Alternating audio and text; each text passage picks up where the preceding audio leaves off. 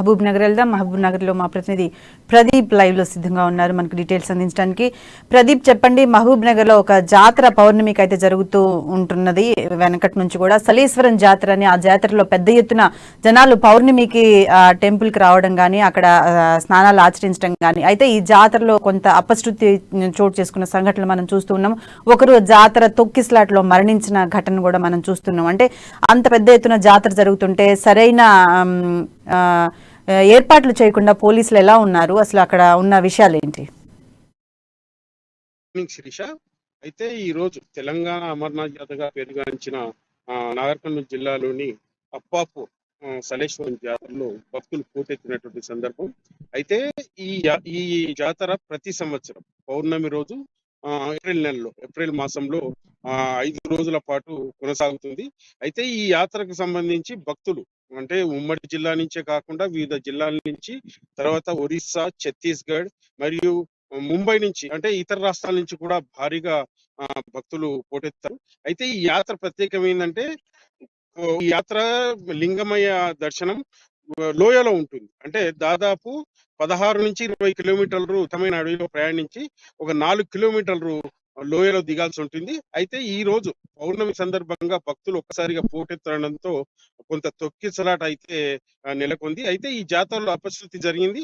అయితే ఈ తొక్కిసలాటలో భాగంగా నాగర్ కర్నూలు జిల్లా వనపట్ల గ్రామానికి చెందిన గొడుగు చంద్రయ్యతో పాటు వనపర్తి జిల్లాకు చెందిన అభిషేక్ అనే వ్యక్తులు ఇద్దరు తొక్కిసలాట సందర్భంగా చనిపోయినటువంటి పరిస్థితి నెలకొంది. అయితే ఈ యాత్రలో అంటే ఇప్పుడే కాదు, గతంలో కూడా ఈ యాత్రకు సంబంధించి అధికారులు గాని, అటు పాలకులు గాని సరైన ఏర్పాట్లు చేయడంలో కొంత విఫలమైనటువంటి పరిస్థితి నెలకొంది.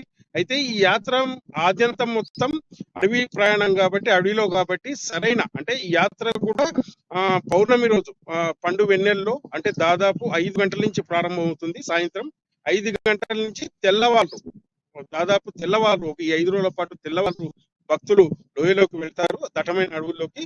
అయితే ఇక్కడి నుంచి ప్రైవేట్ వెహికల్స్ లో కానీ, తమ వెహికల్స్ లో కానీ దాదాపు ఒక 16 నుంచి 20 కిలోమీటర్లు అడవిలోకి వెళ్ళిన తర్వాత అక్కడి నుంచి 4 కిలోమీటర్ల మేర నడక ప్రయాణం ఉంటుంది. ఈ నడక ప్రయాణంలోనే ఈ రోజు పౌర్ణమి కావడంతో వివిధ రాష్ట్రాల నుంచే కాకుండా వివిధ జిల్లాల నుంచి భక్తులు భారీగా పోటెత్తారు. అయితే ఈ సందర్భంలోనే అధికారులు కొంత చేతులు ఎత్తేసినటువంటి పరిస్థితి నెలకొంది. అయితే ఈ సందర్భంలో భక్తులు ఒక్కసారిగా లోయలోకి దిగడానికి పోటెత్తడంతో అయితే ఈ యాత్రలో లోయలోకి దిగే సందర్భంలో కొంత తొక్కిసలాట జరిగింది. అయితే ఈ భక్తులు ఒకరినొకరు తోసుకోవడంతో ఈ తొక్కిసలాటలో గొడుగు చంద్రయ్య అనే వ్యక్తి అక్కడికక్కడే చనిపోవడం జరిగింది. అయితే ఈ అభిషేక్ రెడ్డి జాడ మాత్రం తెలియట్లేదు, అతను ఊపిరాడక చనిపోయినట్టు మనకు తెలుస్తా ఉంది. అయితే అధికారులు కూడా కొంత నిర్లక్ష్యం వహించారు. అయితే గొడుగు చంద్రయ్య ఈ ప్రమాదం జరిగిన గంటన్నర వరకు కూడా అధికారులు అక్కడికి రానటువంటి పరిస్థితి. అయితే దీంతో భక్తులు ఆగ్రహం వ్యక్తం చేస్తున్నటువంటి పరిస్థితి. అయితే భక్తుల ఆగ్రహాల మధ్య అధికారులు, అటు అటవీ సిబ్బంది అక్కడికి చేరుకొని చంద్రయ్య మృతదేహాన్ని అచ్చంపేట ప్రభుత్వ ఆసుపత్రికి తరలించారు.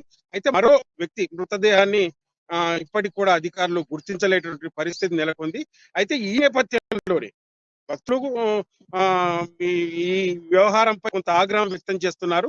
సరైన సదుపాయాలు, కనీసం లైట్లు కూడా రాత్రి వేళల్లో నడవాల్సి ఉంటుంది కాబట్టి అక్కడున్న ఏరియాకు సంబంధించి లైట్లు కూడా వేయకపోవడంతో చీకట్లోనే భక్తులు తమ దగ్గరున్న బ్యాటరీల ద్వారా లోయలోకి దిగడంతో కొంత ప్రమాదాలు అయితే నెలకొంటున్నాయి.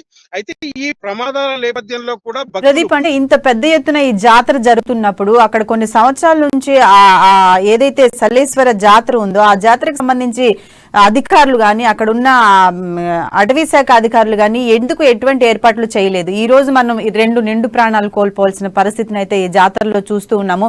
భక్తితో దేవుణ్ణి కొలవటానికి వచ్చే భక్తులకు ఇటువంటి సంఘటనలు జరగటం ఎంతవరకు సమంజసం అంటారు? ఈ జాతరకు సంబంధించి అంటే ప్రభుత్వం కూడా, అటు అధికారులు కూడా కొంత పట్టించుకున్నటువంటి పరిస్థితి.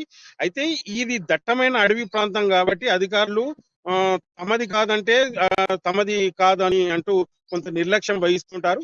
అయితే దీనికి సంబంధించి ప్రత్యేకంగా అటవీ సిబ్బందిని కేటాయిస్తారు. ఈ అటవీ సిబ్బంది కొంత నిర్లక్ష్యం అయితే వహిస్తుంటారు. దాంట్లో భాగంగానే భక్తులకు అసౌకర్యం, అంటే కనీసం మంచినీటి వసతి కూడా లేనటువంటి పరిస్థితి. భక్తులు తమ వెంట తాము బాటిళ్లు కొనుక్కొని తీసుకుపోయినటువంటి సందర్భం ఉంటుంది.